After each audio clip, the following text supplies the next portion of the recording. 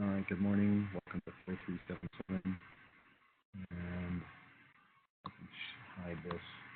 It'll help me share. Okay, so we were talking about custom URLs last time. We looked at Amazon and we saw how one of the ways they overcome the big problem of the servers, which is they don't have state, is they use URLs with these long strings of variables and values pasted on the end.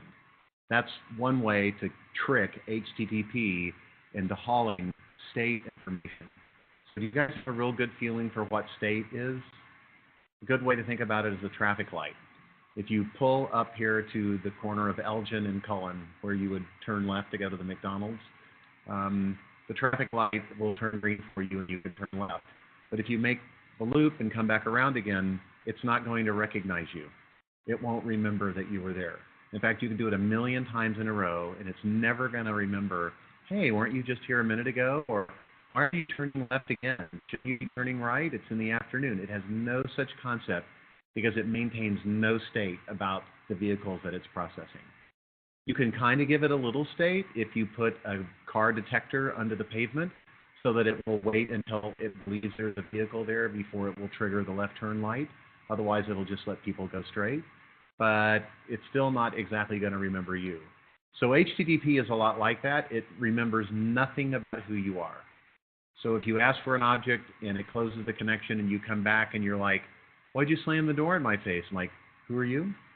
It's not going to have any concept of what you are.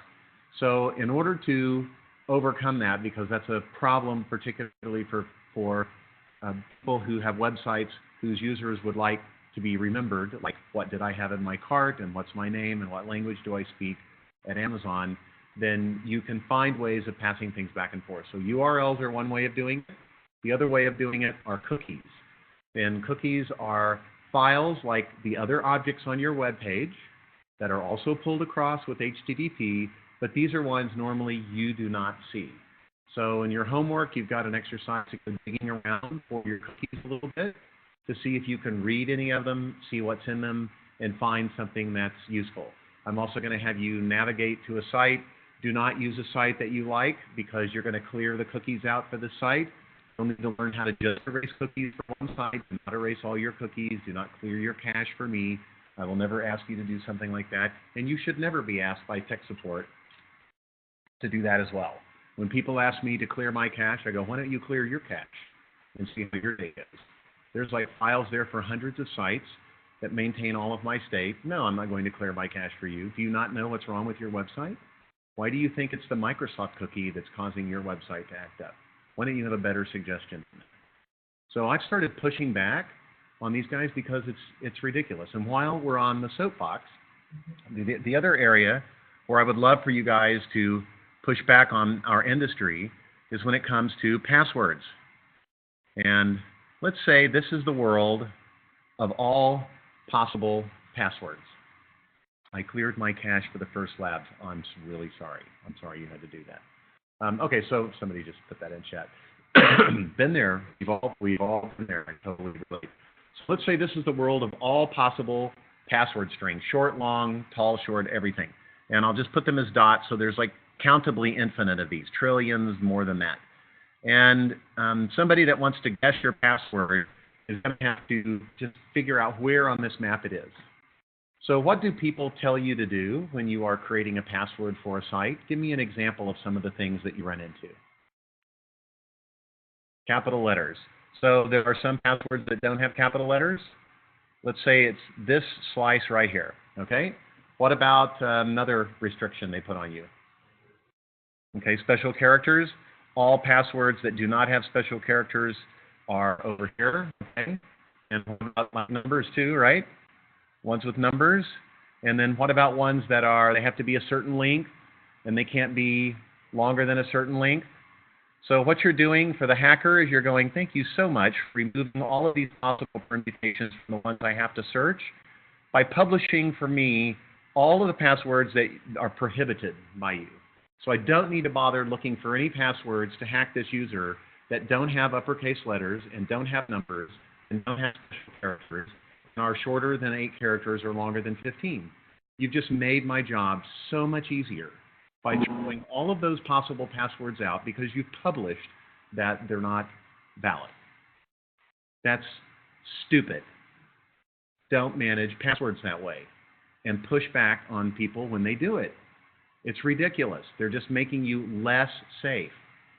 So yeah, not picking poodle or your birthday, fine. But the message you should put up in front of users is, please try and pick a harder password. Are you sure this is one that you're not using someplace else? So those are valid kinds of messages. So, invest in a password keeper. The German government seems to be doing a lot of things right in this area of privacy lately. And one of the things I was super excited about last summer is they proposed some guidelines for people who make routers for your high bandwidth connections at home, for your internet connections. And these are super common sense. I read this and went, oh my God, someone else finally kind of gets this. So it's a 22-page document. It's actually worth reading, but it basically says things that should only be available on the LAN interface. They should not respond to requests on the WAN interface. You should not have information derived from the router itself, like the name of the SSID for your hotspot should not be AT&T gateway dash something, because that's kind of obvious that, what device it is or the model number. You should be able to change the password yourself on your device and reset it back to something known physically only by touching a button on the device. You must restrict access to the WAN interface with just a very few services like status messages. You must allow the user to change the admin password. It must protect against brute force attacks. It must show the firmware version. You must let the user download firmware. You must advertise when it's no longer supported and offer to replace it, and so forth. So just basic stuff that will pull millions of people out from under getting hacked, that none of these providers do, and they all know better. I guarantee you they all have scientists that know exactly what they're doing, and nobody just wants to spend the money for it. So these are, there's more attention being spent on this. You guys are in a field where you're in a better position to push on this and, help insist and demand it. Most of the people around you haven't got a clue, wouldn't know what to ask for. They don't have your education. So you guys are in a position to help drag it forward. So if you're not being an irritant, if you don't feel like you're being a burr under someone's saddle, you're not really living up to computer science's expectations. You need to push the industry forward. We are way behind on doing simple stuff for users like this. It's unacceptable. So people say, well, what about using biometrics instead of passwords? Passwords are a joke. They're ridiculous. So what about using biometrics? Great. If somebody steals your password, you can change it. What are you going to do when they steal your thumbprint? Change your thumb? Or change your retina? So two-factor authentication is a model that does seem to work well. The odds that they're going to come in, companies like McAfee, when I log into a bank account like at Banorte in Mexico, I flew on a flight with the senior vice president of sales for McAfee, and poor guy was trapped. I mean, I've told you guys before, this is what I do to people on planes. If I find out that they're interesting, I like super gregarious, engage them and like learn and stuff like that, because I get cool stories out of it. So this guy told me when you log in, they check over 100 variables before they decide to let you in. The time of day, where you are, how fast you type the password, how many backstrokes, if they're able to tell, depends on whether it's an app or a web page, et cetera, and all kinds of other things, what's been going on your account, et cetera. And if they don't feel like the score that you get is high enough up in their risk and security area, then they'll push it up for somebody to take a peek, let them log in or not. So sometimes if you go to Chase or something and it says, I'm sorry, we're not able to perform that service right now, you may be getting screened. That may be what happens. I see that all the time, and because I travel, I'm kind of expected. So if they know they're being hacked, for example, they may raise the requirement of knowing your identity a little higher, or they may ask you to type a token number in. So the banks in Mexico are really interesting. They all have token generators on apps. You can't log into the web page, period, without generating a token and you can't conduct any kind of transaction at all without getting a number they give you, typing it into an app on your phone, like the Microsoft Authenticator. Some of you may use that. It gives you a code back, and then you enter it back in. So that's the kind of stuff that you should be looking for. Okay, so we had a couple extra minutes. I made sure to kind of go through a couple of these. They don't exactly fit elsewhere necessarily in the course, although the router one kind of does. But the password one is is important. When cookies first came out, these guys used to put your password in plain text in the cookie file and drop it off on your computer. So if you're on a public computer, you could just go through cookies and get people's passwords. So we're at least a little smarter about doing that now. And there's some laws against doing some of it now. So what you may want to do is give the user a custom serial number ID, like part of a two-key encryption. Put that in the cookie, and when they send it back to you, check to make sure it matches the decoding when combined with the private one you maintain for them, the one that you gave them last time. There's far more secure ways of doing that. And we'll have a chance to look at a little bit of two-key encryption in the class as well, and kind of explain how that works and why it was kind of earth-shattering when it came out. So you'll have in your homework problem a chance to look at cookies. And somebody I'd screwed up a couple of little problems on it already. So whoever that was, thank you for telling me. But I really appreciate some people just dive right into the homework and they catch a couple of things right off the bat. And it saves everyone misery and me more embarrassment. So I appreciate it. Okay, so cookies get sent back and forth, and it's a way to maintain state. They may not hold all of the state information. In other words, the cookie file may not have the things that were in your card and the username that you used to log in and all that, but all it really has to have is like a unique serial number that corresponds to a file where all of those things were recorded back at the website. Another important thing to get across on web pages is HTML and HTTP were originally envisioned as a way of taking static documents for the most part, digging them up off of a directory structure and handing them to you without having to worry about writing a program that renders it on your device. So you can take one set of information and this browser will take care of getting it displayed, whether it's a black and white display or color, regardless of the size and the depth, what kinds of graphics capabilities it's got, whether it has the ability to show a JPEG inline or if it needs to bring up an image editor, which they used to do in the very beginning. Do you have it displaying PDF files or does it open up a helper program, etc.?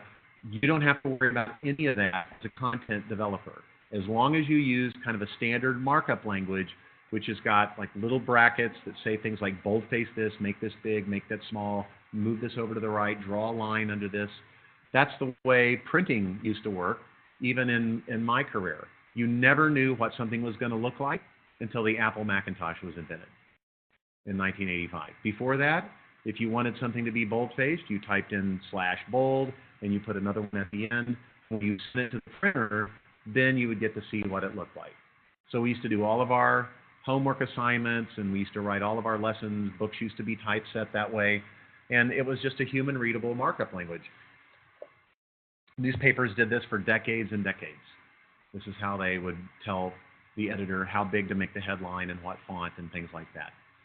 So that is a markup language that stands for, the ML is the abbreviation for hypertext markup language. There's lots of other markup languages. That's HTML. All HTTP does is move that stuff back and forth.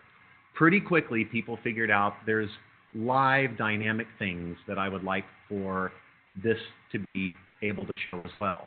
So when somebody clicks on something, I want you to go and grab the current weather map right now. It's not on a file in a directory structure sitting there since yesterday. Go grab it now and then feed it to me like HTML.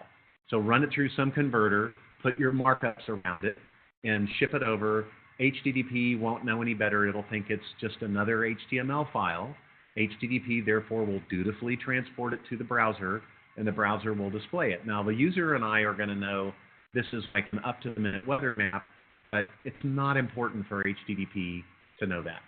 So people began to realize that HTTP had its primary use as just a generic transport vehicle for getting content that's in this HTML format, which was very flexible, from a server to a user without caring whether it's a laptop or a tablet or a big screen, high-speed, low-speed connection, etc. So now the vast majority, if not almost all web pages, are not pre-built. They're built on the fly the minute you ask for them. So when you open up the New York Times web page, they're not pulling the web page as an HTML file off of a hard drive. They're building it in real time. So IBM's big advance in this area is to take the mainframes that companies like JCPenney's have used for the last 65 years to keep track of all of their inventory, which normally would have been these ugly green screens in the stores where they type in these product codes and they get lines of stuff out, and they go, come on, we can pretty that up. Let's have a file that has a picture of every object, and instead of showing them the part number, like the catalog number, let's show them the picture of that catalog number. You know, it's a little database. We can map it. So I want you to, when you get this thing out of the mainframe, I want a piece of software that is going to turn this into something prettier. And I'll give you some style guidelines. We're going to want some header stuff at the top, and I'll define that. And then we want some links down the left-hand side. I want a little picture of a cart with a number superimposed on it if they have something in there. And then you got a space for 9 items in the middle, a grid like tic-tac-toe. So show them the one they've got and maybe some other ones, maybe a big version over here. So here's all the tables you need with pictures of everything. We're going to have photos of all of our items. They're going to have to fit in one of those little deals. You're going to have a text description in 5 different languages. So I'll tell you the language they speak. You hand me that back, and we will build an HTML page in a half a second and then ask HTTP to ship it to the other end, and the browser will know what to do with it. It's going to just think it's another HTML file. So that's the way most web pages get built. So the big innovation where lots of stuff got on the internet was not the web server, and it wasn't the mainframe. It's the middleware. It's the software in between the two. That's where most of unlocking knowledge to make it available on the web has happened. So people still run the same large systems they always have. Chase did not throw out their systems and buy web servers. They still run exactly the same kinds of systems they did before, but they paid money to convert it to something that looks good for us, and we've gotten really good at doing it. Okay, so cookies are one of those objects that get sent over. So if I open up a web page for you, I'm going to go to NewYorkTimes.com. I went here yesterday evening. What I want you to pay attention to is what shows up immediately and what takes a while, because this page has got at least 100 objects on it. You ready? All right. So what shows up immediately? Say something. Did you see the thing that came up? Their logo at the top. And as I move through here, more and more things are still being filled in. I don't have images around here yet, but my browser sees the links and it's going out there to try to grab them. If I look at the bottom of the page, I can see still things moving around. Now this one happened pretty fast today, but the ads are popping up. Not everything is there yet. Here we go. Things are popping up. So it takes better part of 30 seconds maybe to do it. So why? Where are all these objects coming from? Well, a lot of them are not coming from the same computer that fed me those first objects. And in fact, it's also slightly implausible.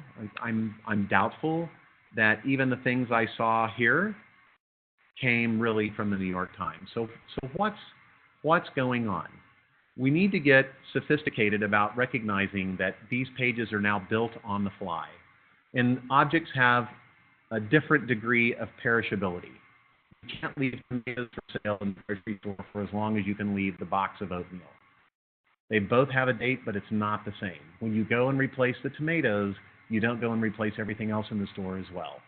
Some things are okay to keep around longer, partly because they don't change all that often.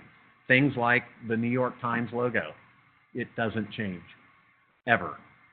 It may change sizes a little bit, but once they figure out the one that I need on my browser, day after day after day. So why download it every single day? Why not just put a copy of it, put it in my local web cache, and hold on to it? So that when I go to the New York Times webpage, what I basically want to do is, I can't remember what this is called. Anybody remember the command in Firefox to pull up the inspect? There it is. I'll just try it like this. I'll pull up the inspector.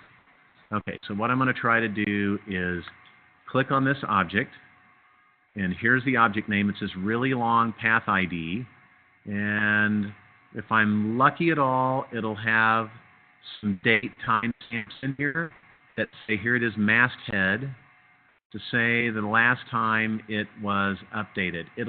If it doesn't have that, it'll have a serial number with it that I can use to check back with the New York Times every time I open the page, and it at least say, hey, I've got this object here. You said to keep it permanently. Here's the serial number of it and the timestamp. Have you changed it since then? That's a much easier question to answer than asking the New York Times website to send you this JPEG file, because there's millions of users doing it, and it adds up. So whenever you can prevent from having to resend an object because you're smart about checking whether you need to or not, then, you know, it's like when you open the refrigerator and you look at the date on the milk, do you immediately just throw it away, or do you open it and smell it?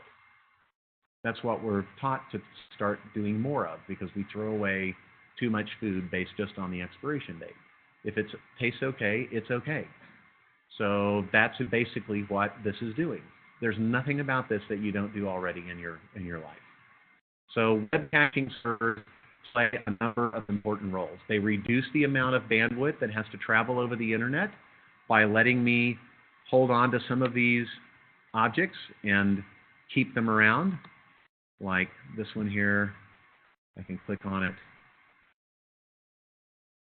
and we can scroll down. It's still busy loading stuff. You can see these ads, Google Analytics. It's a way of letting things that do need to change kind of change periodically.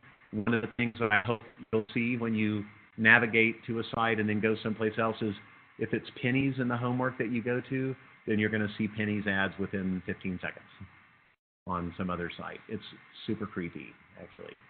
So I'm always nervous about, like, are they going to show everything? So one of the problems you have as a website developer is you've got to understand, if somebody was looking for underwear for their girlfriend for Valentine's Day, is it really a good idea for you to start popping that up when they're showing the New York Times webpage to their class? You know, I mean, you have to think about those things. Do you want Amazon to really show everything you've been looking at? So there's now social norms that you have to worry about, so you don't embarrass your customers, because they do have some sense of privacy. So it's money, politics, and religions, the layers up at the top, right? You do not want to embarrass your customers. But that's basically what this inspector is trying to show me, is kind of how the objects basically got here. Okay, so to move on to caches a little bit, we've talked about cookies. Caches are also known as proxy servers, and so they're one of the places, including the one built into your own browser, where copies of objects get stored. And you can, when you feed objects back from a web server, you can timestamp how long you think they're going to be good for. Best if used by dates. You can put them on all the objects. This is the masthead of the New York Times. This logo doesn't change. Cache it permanently if you'd like. And if you want, come back and check with me periodically to see if it's changed. But this top story, the one that was on Trump's campaign right now, that one changes constantly. So you can cache it, but every time you need to come back and check with me again to see if I've updated it. Because I could update it at any moment. Anytime there's breaking news, I'll change that top article that's on that page. And if you are a well-behaved proxy server or web cache, you will honor those requests. You may not be able to cache everything they ask you because you don't have unlimited space.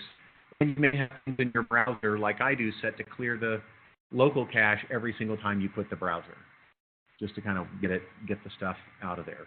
But it affects performance. It slows things down. If I reload this page, let's see if it loads any faster the second time. These things came up quickly. It looks like some things came up faster. It was less than a few minutes. These things, no. These things are still taking time. But let's see. if I get down to the bottom, it seems faster to me. It seems like it took less time. Who knows if it has anything to do with caches, or if it's just the network's less congested right now, or whatever might be happening. So these caches exist in multiples all along the way between you and the destination. In fact, web servers actually have to worry about whether they're even going to know if you opened their web page or not. It's possible that everything will be cached about the web page, in which case you don't even know that somebody's opened it, which is also not good. So web authors use tricks. They'll make sure there's at least one object you go back and get. If they're worried they don't even have the bandwidth for that, they'll use a little white pixel in the top left corner of the page and make you go get that every time. They can handle 1 million of those in an hour. That's not a big deal. And at least when they see somebody's asked for this pixel, it means somebody opened that page. So they can just mark down there's another user for that web page.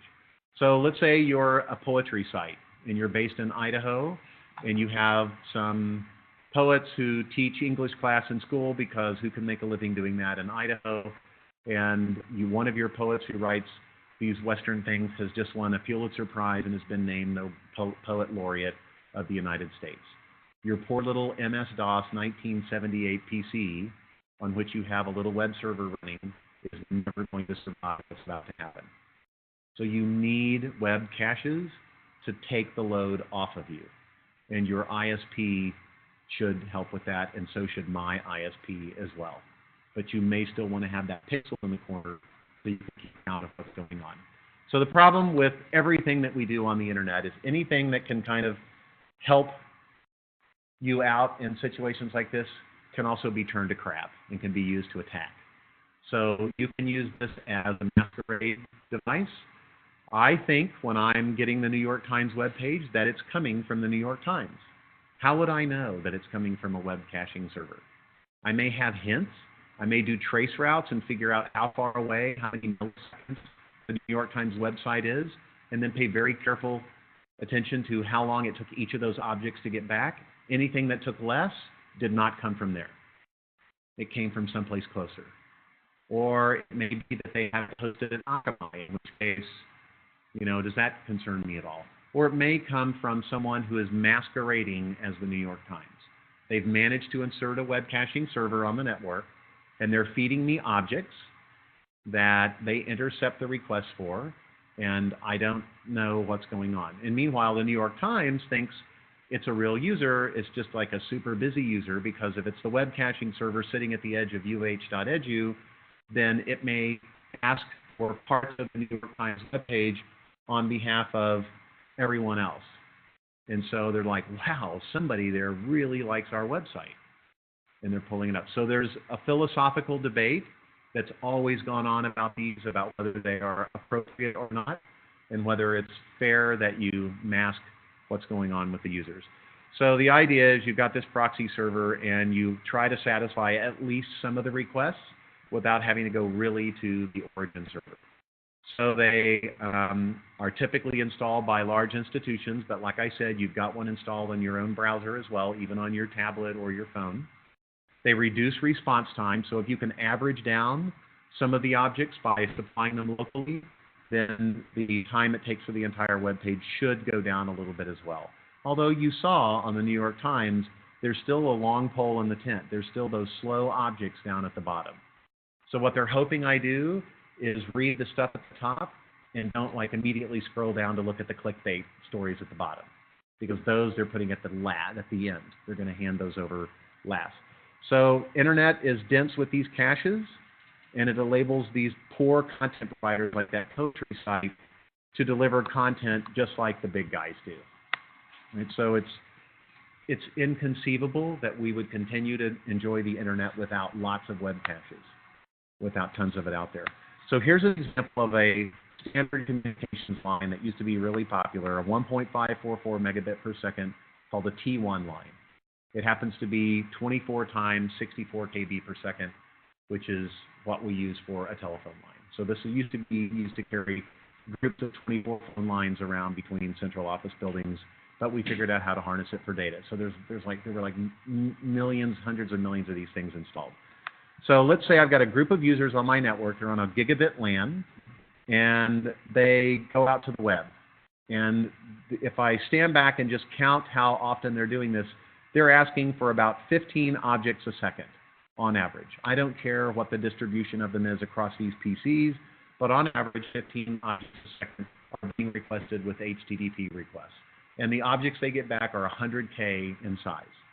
So they're filling this connection up with 1.5 megabits per second just with pulling these web pages down. So the access link is 99% utilized. The LAN is very low utilization. And I'm faced with a problem because I can't handle any more users and I can't get anything else done other than this. So I remember when I worked at Baylor College of Medicine during college, when they had rules, they would prevent you from going to lots of sites and doing lots of things because they just didn't have the bandwidth and they didn't really have a good way of policing it, so they just prohibited it. And people threw a fit. And at Rice, they used to do the same thing in the student labs there. They would try to restrict what people would go to.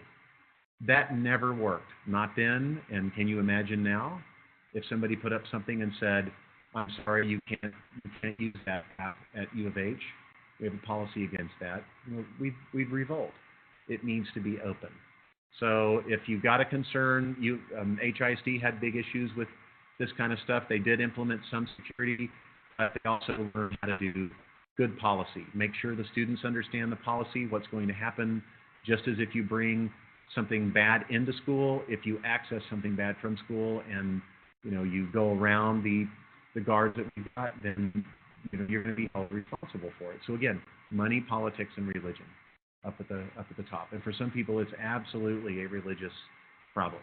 I used to deal with complaints from people who were very offended by what somebody sitting at the computer next to them would look at.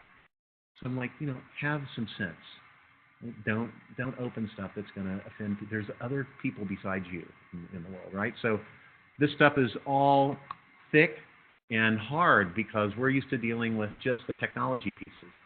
So this manager of this network has got a decision to make. Do they buy a bigger connection, which is what I would have loved for them to do, or do they put something in that can help eliminate the problem? What I would really like to do is upgrade their link. 154 megabits per second would be fantastic.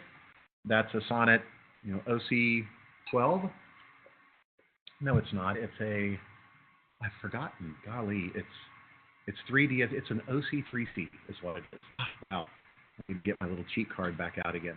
It will lower the access, but the problem is it's tens of thousands of dollars a month. Super expensive. Another alternative is to drop a web caching server on the local LAN. It just has to keep copies of objects that are coming in. So it will eavesdrop on your connections. It may require that encrypted connections terminate at this web caching server so that it can see the objects that are coming back in an unencrypted format. So it may require that the encryption begins at this server and goes out to the outside world, and you have a separate one from your browser to it. So that's an area where you've got to figure out some kind of policy stuff. But what it's basically doing is eavesdropping on your connection and keeping copies of all the objects. And every single time you go out to the web for an object, it will stop off, and the router will direct the HTTP request first to this web caching server. It will look to see if it has any of those objects. If it doesn't have the web page to figure out what objects are supposed to be on it, it will go get it for you. It will make the request to the New York Times. It will bring back the base HTML page. It will look at all the objects that are referenced on there as URLs, images, and links, and it will figure out, do I have any of these? If it has some and it needs to check whether they're still valid or not, it will go and check with the New York Times for you to say, has this thing been modified since the last time I looked at it? And if it has, it'll get another copy of it and store it. Meantime, it's feeding you the base HTML page plus whatever objects it's got, and the page is drawing for you while it's going and getting, so it's a way stop in the middle. Now, how does your web caching server on this diagram, how does it know it's really going to the New York Times? It doesn't know either. It can also be stopping off at a web caching server at the ISP, which can be stopping off at another one and another one and another one. So it's not possible to tell how many hops along the way you're being subjected to, except performance gets really degraded if this goes on for too long. So what some companies do, if they have a lot of content, is they say, you know what, we're not going to do that. I'll cache the entire thing myself right up close to the edge. So Akamai can get hired to make a copy of Microsoft's objects on a server sitting in your ISP in Houston. And so you don't have to go any further than the first router of your ISP, and the whole page is there. And if Akamai finds out it's missing some objects, it will not go over the internet and possibly through lots of other web caching servers to get there. It will jump on their own private Akamai backbone and go straight to Microsoft through a overlay network and get the content there much faster and with all the control they need. They know exactly who's answering it then. So Microsoft has end-to-end control over what devices are feeding the content. So lots of companies are deciding to do that instead, and they're just bypassing this model entirely. Okay? But you still need a caching server on your local machine. So the idea here is if you put the web caching server in and you're a little bit lucky and you get 40% of the objects now can be supplied by this web caching server, either because you've just seen them before and they're there, but also because you've seen them and they're not expired. You've been permitted to cache them. Then you drop the utilization rate down to only 60% of what it was, which is 0.9 megabits per second, and the utilization is 0.58. You're a hero. So this will pay for itself in a couple of months. And if the alternative is upgrading this link, it'll pay for itself immediately. So these work really, really well. Okay, so this is like a food distribution network. You know, you put a copy of, you take some of the bags of potato chips from the Frito-Lay plant and you drop them off in the convenience stores along the way. So when it's time for you to eat a bag of chips, you do not all have to go to the Frito-Lay plant to get them. We would all starve to death if we had to go to the source of our food to get it. So it's a distribution network. The network would starve as well. We don't have enough capacity to deal with that stuff. We're getting smarter about it as well. There's a parallel model to this that deals with data, and it has to do with pushing calculations out to the edge. So let's say what you're trying to do is move a lot of data back and forth, but you're trying to get it someplace where you can summarize it instead. We're now looking at models that similarly, and we'll talk more about this later, distributing compute power to the edge. So if the vending machines that you have on the University of Houston campus once a minute report on the stock that they have for each of the beverage products, the temperature, the amount of space left in the coin bin, and the dollar changer, do they still have change? Is the motor using the right amount of electricity? Has it been subjected to shock, like somebody's trying to tip it over or anything? Once a minute it reports that. Well, most of the time, there's no news. But that's a lot of data that you're going to be sending. So why not push the program that can take a quick look at that data and decide, there's nothing to see here, let's just keep moving along, and put that close to the device, like maybe in an Intel compute card in a router someplace on campus, and have the data go there and get calculated instead. So you're going to see kind of parallel models of distribution here as well. So this is the HTTP command called a conditional get that says your page asked me to get this for the user, but I already have a copy of it, and here's the date and timestamp I got on it and the serial number of it. Has it changed since then, yes or no? And if it hasn't, then you continue moving on.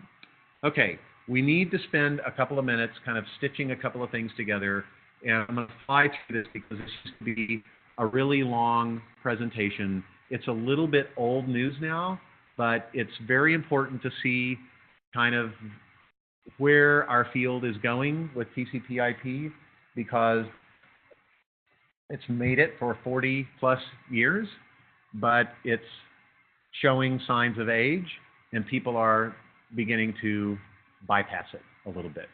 So first, a little reminder on background. We haven't talked tons about this yet, but you've heard me mention a few times that at the transport layer, there are two choices that you're going to learn that we have. One is TCP, the other one is UDP. TCP is a well-behaved, polite protocol. It asks permission for communicating, so it establishes a connection, as we say. It keeps track of congestion and flow, so it does congestion control so as not to overwhelm the network. It looks at the buffer at the receiver end to make sure it's not, even if the network can handle it, it's not sending more than the user can handle at the other end. It keeps things in the correct order, so it orders the packets, and it will resend lost packets and ignore duplicate packets and basically give you some sense of reliability. It can't do everything. It can't guarantee that packets will arrive in a certain amount of time, and it can't encrypt things for you, but it does a lot. UDP is TCP's lazy, evil brother. It does nothing. You hand it a packet, and it throws it on the network. Well, did you ask permission? Nope, don't care. Well, can the network handle the load you're doing? Not my problem. Okay, well, what about the host at the other end? Is there enough buffer space? Sure hope so, for his sake. Here it comes. So it just throws stuff on the network, and it doesn't do any checking at all. Packets get lost? Guess you better resend it. Packet shows up out of order? Well, don't you know what order your packets are supposed to be in? Why is that my job? So it's a very lightweight protocol. It does very, very little, and so it adds almost no delay whatsoever. It's the perfect thing for some types of data. So things like streaming radio, where you want a minimal delay, or live streaming of a sports game, you can tolerate some drop packets. You don't want them resent. What are you going to do with a packet that was 100 packets ago on a video stream that you're continuing to watch? I mean, you can go backwards and, like, you know, flash subliminally message somebody with the picture that was there. So we're not going to do any of that. And then most of the things that we have, like HTTP and other documents, we are worried about them being delivered out of order or packets being dropped. So the problem is there's lots of things that TCP could do a lot more efficiently. Like, for example, when we were going to get those 100 objects off of that website for the New York Times, let's say I list these things. What my browser is probably only doing is grabbing a couple of three at a time, and then there's a Google site on there. It may open a connection to that, but it's severely restricted in how many it'll go get at once, because the browser is worried about overwhelming the operating system. Okay, well, why do these all need to be sent as separate TCP objects exactly anyway? If I know that this is going to be sent, why can't I just send like a zip file with all of this as a single object and let the browser kind of decrypt it? Why can't I use some sort of special TCP where I push things in a row, pipeline the objects without even the user asking for them? Why do I make them come back and ask for these things? We all know what needs to happen. It would be far more efficient, far fewer round-trip times to ask for that stuff. I mean, that's one example. Why do I need 4 back and forths to negotiate encryption? Why can't the browser just tell me what it wants to do in the very first message, and I immediately start dumping it back in that fashion? Why do I have to do this sort of stair-step thing? Why do I need to use TCP's method of getting very nervous if the network looks like it's congested and backing way off? And so people have gotten tired of the way this is done, and HTTP is such a dominant transport protocol on the internet that there are things we can do to make specifically that protocol work fantastically well. So what Google and Microsoft and a bunch of other people did over a couple of years with the IETF was try and figure out, are there improvements we can make to getting web pages to load faster? And what resulted is what's called HTTP 2.0. And I'm going to tell you the punchline first, and then we're going to go through a little bit of material. What they decided to do was abandon TCP and take the parts they liked, change the parts they needed, created a new browser that is part browser, part TCP. But it's not TCP because it doesn't run in the TCP IP stack. It's inside the browser's code. You would have never gotten away with this until the last 10 years, maybe, because the CPUs were not fast enough. And you needed the operating system to run TCP or it would never keep up with the packets. It had to have high priority from the OS.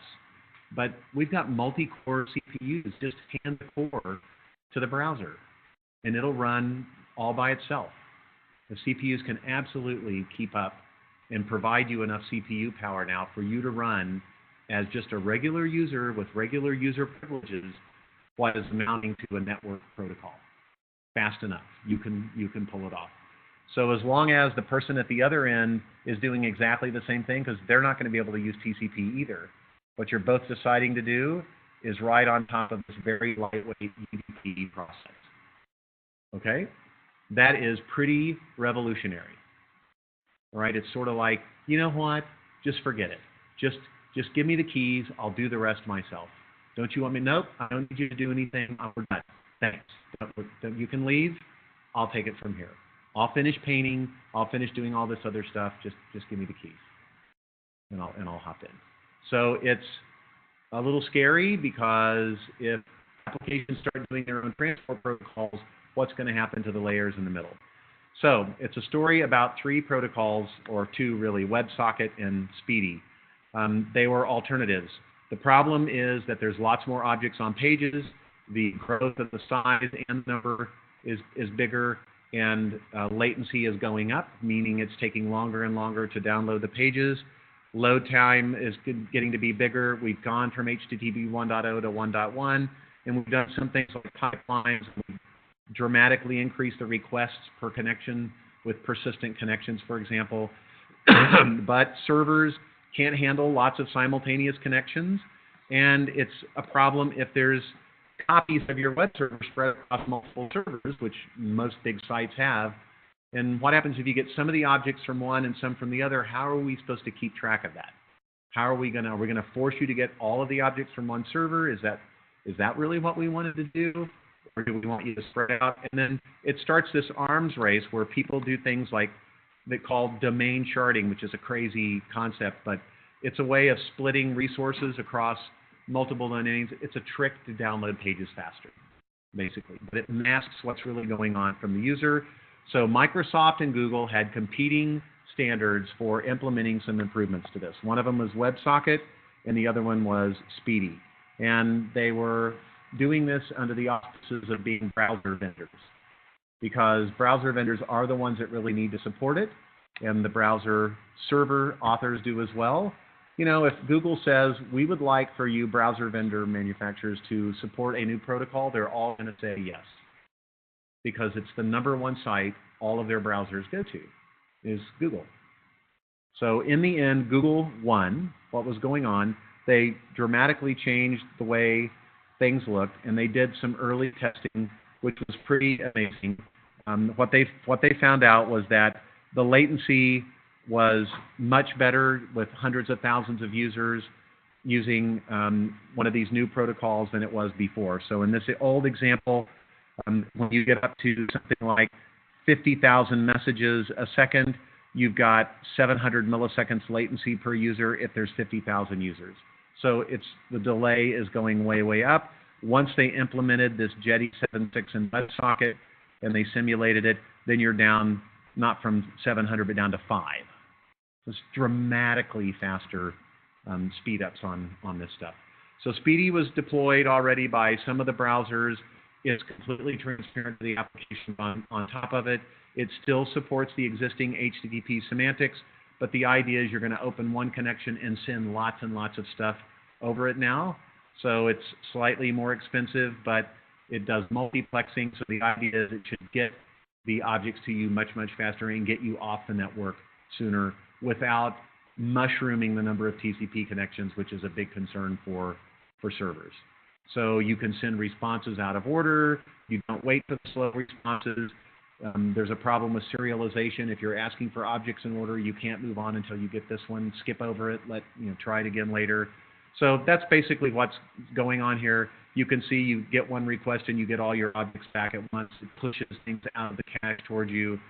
It was considered, much faster, 25% plus faster. There are some cool websites out there, and I'll stop and show you this one in particular. This has changed a lot in the past couple of years, so I don't know that we're going to see it. What this basically is a site where you can type in a protocol, and it will look at the browser you're using to connect, and it will tell you what your browser can do. So one of the things this can do is, if I need TLS and certain types of encryption, which browsers will do it. So what this is showing me is, across all the browsers on the market, which ones of them support HTTP 2.0. And almost all of them do now. Opera Mini does not at all. None of them do. BlackBerry's browser doesn't. Global use is very low. Internet Explorer, it's been deprecated by Microsoft. They've recommend Edge now, I think, is the new one. They had some versions that sort of kind of did it, but all of the new ones do now. So everybody is green, and the ones that are in beta that are about to come up soon from these browser vendors like Firefox, Chrome, Safari, they also support it as well. So technology preview. So if I want to, I think I can get more details. You can also go back in time.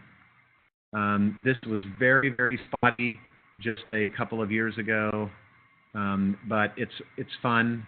You know, people have gotten really on top of this now. So that's a cool site, and they just kind of keep track of what's going on. What's going on? Would you like to import usage data? So that's in the slides. It's called caniuse.com. It's incredible, some of the stuff people have put together. So the big picture is, you've got to continue to modify. This was a formal presentation that was made to the IETF about what's going on. They had some concerns with HTTP 2.0. One of the things they were scared of is that most people go through a NAT server to have their private IP address changed on the way out the door, and they were worried that administrators of places like U of H were going to take your IP address away and change it to something else every single time you connected, and that would screw this up. So they had to do a lot of research. They were also worried that if they moved everything over to UDP, they weren't going to be able to get into lots of institutions anymore. Because remember, UDP is TCP's evil, lazy twin brother. It won't do anything to keep from flooding your site. If you hand TCP 1 billion packets to send to a site, it will send them to the site, even if it overwhelms the site and crashes it. So lots of site managers don't want UDP traffic. They force things over to TCP. So they were nervous about, is this even going to work? Can we even move to UDP? And they found in much larger quantity than they expected that they can. They were able to do it. So a bunch of other junk in here that we don't need to go through anymore, because like I said, a lot of this stuff is kind of old history. One of the things that comes up in routing that's also important with these information protocols is something called head-of-line blocking. So I'll spend just a moment on this, and we'll come to it again when we get to network routing. It's a very simple concept. If you have two people that are trying to use the same resource, one of them is going to have to wait. They're both at the head of the line. They both, in this case, they both want to send something to output queue number 4. So the problem is that no one is using output queue number 3. It's available. And in fact, I have an item right here waiting for 3. But he can't go yet because 4 is waiting to go first. Wouldn't it make more sense to switch the order of these and let 3 go ahead and cut ahead? You know, like at the grocery store. If you're standing in line and somebody you're shopping with is ran to get a loaf of bread that you forgot, are you going to tell the person, go ahead, I'm still waiting on someone? And that's the polite thing to do, right? I mean, you may not always do that if they've got like a basket of 100 items. Maybe you won't. But that's this concept. And it's called HOL blocking or head-of-line blocking. So this can happen downloading objects for pages as well. You can have a serialization problem as well. So lots of study on this. The other thing I kind of want you guys to get a feel for when I'm reading these things is to see that there is a level of rigor. People aren't just making this stuff up. There's real scientists doing real research, studying very carefully what the state of the network is, testing these things carefully to make sure if we move to this protocol, is it going to work? Who's it going to break for? Can they still keep their IP addresses? Will they have enough bandwidth? Is it going to scale to the way I want? Will the user still be able to get to their favorite sites via UDP? Is there any point in doing this? So the IETF was very intimately involved because had they run into roadblocks along the way, the IETF can change their RFCs, change their recommendations, change the required standards to cause router vendors and site managers to adjust to conform to where this needs to go. Because in the end, this is about letting the internet continue to grow without collapsing under its own weight. So there is interesting research, lots of good papers, PhDs, lots of scientists that are working on this stuff. So you can see some of this stuff even got published as RFCs. Okay, so we're done with HTTP. Questions on that? Do you guys feel like you understand the concept of web caching servers pretty well? So to take a peek at a couple of final questions on it, if you clear your cookies, does that essentially delete your data from the database? It may not delete it from the web server, but they're going to have lost their chance to know who you are. They will lose who you are. So it's interesting, and in the homework I have you do this. I'll have you open up a page, clear your cookies, load the page, see if it has any idea who you are, log back in again, and then see all the cookies that show up. And in the case of mine, if you pay attention, it was like 80 cookies immediately got dropped on my hard drive. I'm like, are you kidding me? 80-something cookies for loading one page? Like, what are you guys tracking? And why? So it is amazing the amount of stuff that they drop. So, you know, this is why we're overweight as a society. There's way too many cookies flying around. We're eating way too many cookies. Okay, here, I'll wait. Okay, time to move to email. We have a chance to get a little bit into this. Just like there's a transport protocol that's responsible for moving messages around, HTTP moves around HTML files. You have a similar parallel model that it was built on top of because it was not the first one to do this. Mail is handled the same way. There's a protocol called SMTP, Simple Mail Transport Protocol. Its job is moving email messages around. And email messages are written in a format that is also standardized. It doesn't have a fancy name like HTML, but it is something that we use. There's also a couple of other interesting protocols because unlike HTTP, there's intermediate distribution for email. So the email is not exchanged between your email client and the destination email client or the destination email server. So if you send a message from here to somebody at Rice, it does not go from your computer to Rice's email server. Okay, it goes from your computer to whoever's handling your email account.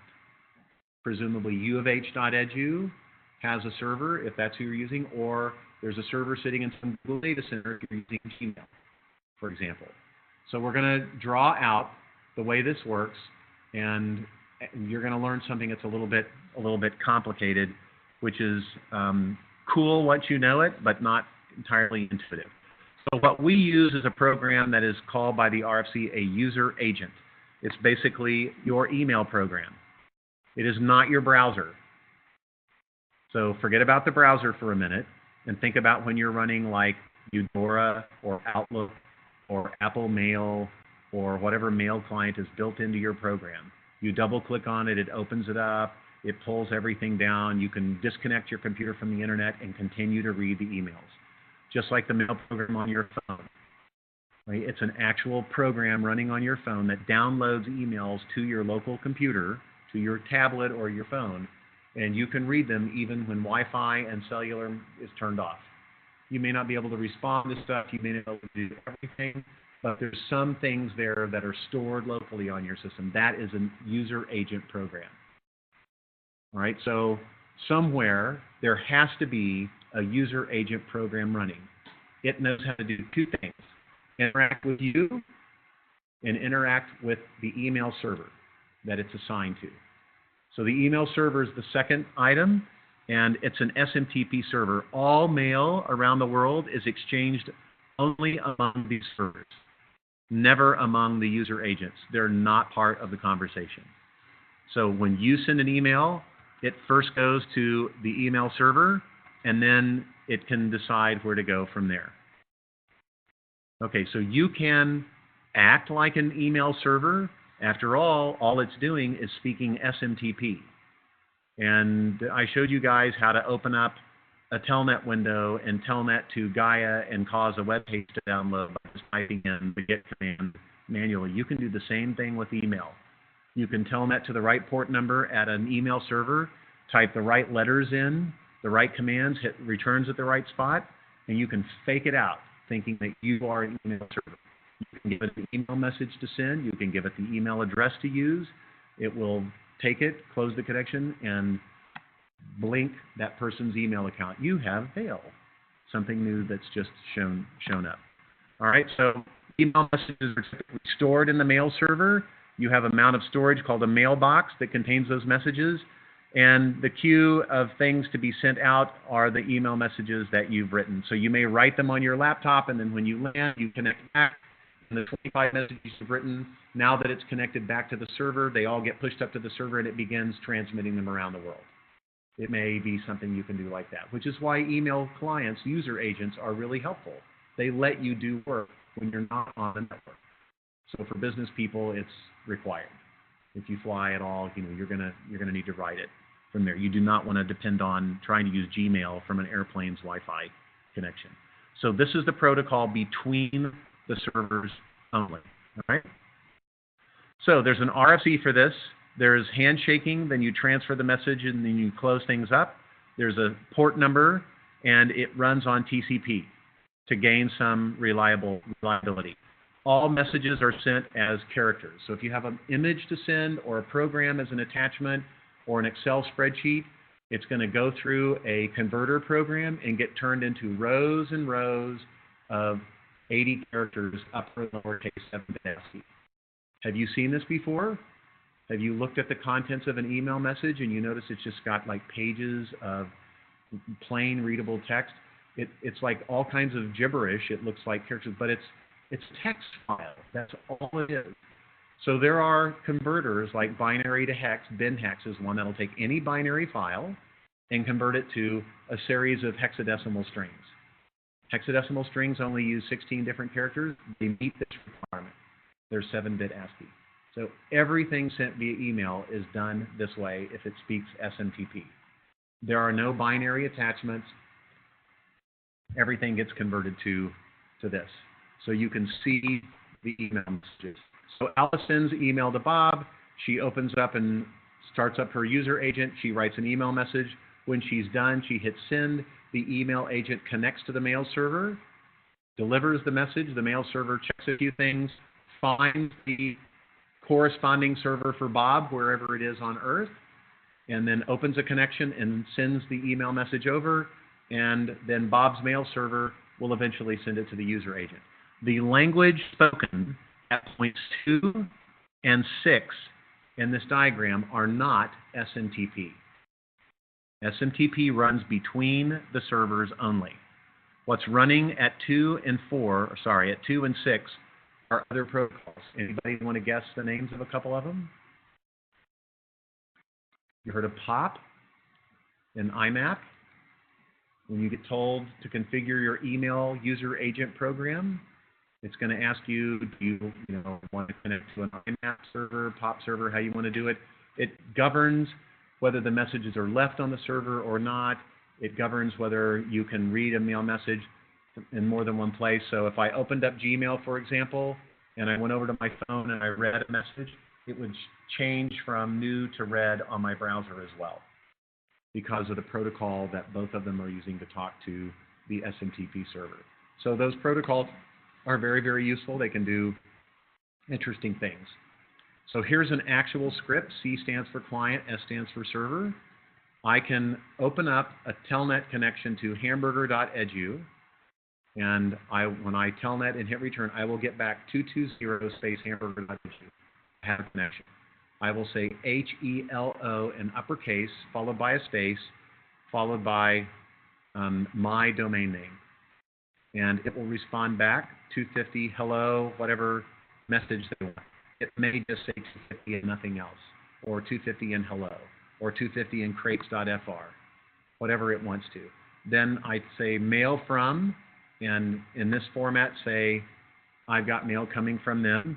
Then they say, all right, I will accept mail from that sender, and I tell it who it's going to, and they say the recipient's okay. Then I say the word data, and then I enter the mail as rows of hexadecimal characters. It can be just plain text, but it's probably more than that. In most email user agents, they give you the ability to make it look pretty with fonts and boldface and underline and colors. All of that's markup, like HTML. So you're basically not just transmitting text anymore. Now you're transmitting something that has to be like a binary file that has to be converted into plain old hexadecimal. So in my case, I'm sending the message, do you like ketchup? How about pickles? I end it with the period by itself on a line, and it tells me message accepted. I tell it quit, and it hangs up. Okay, so this works, but not with most servers anymore.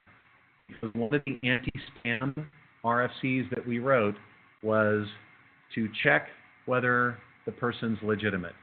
So right here, at this step, what the SMTP servers now do is look to see crates.french, eh? Let me go look that up in the DNS database. And one of the things we've asked people to put in their DNS record, which is in the world's DNS database, is the IP address of the system that is their official SMTP server that is supposed to be sending email for all of their users. And I'm going to see if this incoming connection, which is claiming to be sending me an email on behalf of someone at crates.france, in fact, really is coming from that site. If it isn't, I close the connection. So that gets rid of tons of spam. The next thing I'm going to do is to look to see, is hamburger.edu really my problem? Am I really supposed to be accepting email for hamburger.edu? If I'm not, I'm going to disregard this message. And then I'm going to do 1,000 other things as well. Like I'm going to look through this email head to toe and see if it matches patterns from a database of millions of known phishing and spam types of messages. I'm going to look through to see if the name that they print out matches the domain name, if the details are right. I'm going to look to see if the names of websites that they put on links in the email match the URLs that are behind those names, or is it something else? And there are anti-squatting rules and also rules against stealing people's typography. So for example, what do you think would happen if I went to Amazon.com with an extra O? What if I went to Walmart with a hyphen? Doesn't have a hyphen. It's just one word. What if I type in wall without the first A? That one maybe Google will pick up and grab for safety's sake. They will not let someone park on that domain name. So there's some basic things like that that we can do, and you need to check that stuff in email messages as well to make sure you're not getting the wool pulled over your eyes. But that's basically the idea. In order to test this out, what I did this last summer was I gave students kind of a lab with a site called Mailcatcher. And it was hard, so I'm going to ask the TAs to kind of take a stab at it again and see if they can run through it for me. And if they can, I will give you guys a lab. What you have to do now if you want to test and learn about SMTP, you can't actually telnet anywhere anymore because you're not really anybody's real email server. And if you get caught spamming, then you have to put notices on your homepage that complain about Yahoo not sending U of H's email anymore. That's our fault, by the way, not theirs. So there are sites that you can go to test. Like if you go in Google, something like test SMTP server, how to test it from the command line. Mailtrap.io is one of them. So they offer a way to go in and put this in there and give it a shot and play with it and see what happens. And they won't ever send email anywhere for you. They're just going to help you figure out, are you writing your SMTP correctly? Is it well formed? etc. You got to learn somewhere. So it's a great idea. It's a startup. And, you can try seeing if you can send 5,000 in a minute, if that's what you're trying to do, if you're trying to do some new website to compete with Constant Contact, for example. Okay, thanks, guys. That's all I've got for you for today. You do have a homework that's out. It's kind of long. I changed my mind on the socket lab. I told you guys it was going to be programming first, but then somebody pointed out, well, you didn't actually give us any programming to do. You basically just had us do the get it up and running thing. And I go, okay, that's enough. I went through and looked at it. Yeah, it's a long enough homework. So all you're going to have to do is sort of install it, run the equivalent of a hello world, take a snapshot, and include that. So you can install Python directly on your computer. Many of you will already have it installed. If you don't want to install that, then I show you how. If you want to install a virtual machine, a fresh copy of Windows on top of that, and Python, and at the end of the class, you can just throw that all away, and it will never have changed anything in your operating system. So it's a completely insulated way of doing it. All right, I will see you guys on Thursday, excuse me. All right? Bye, guys.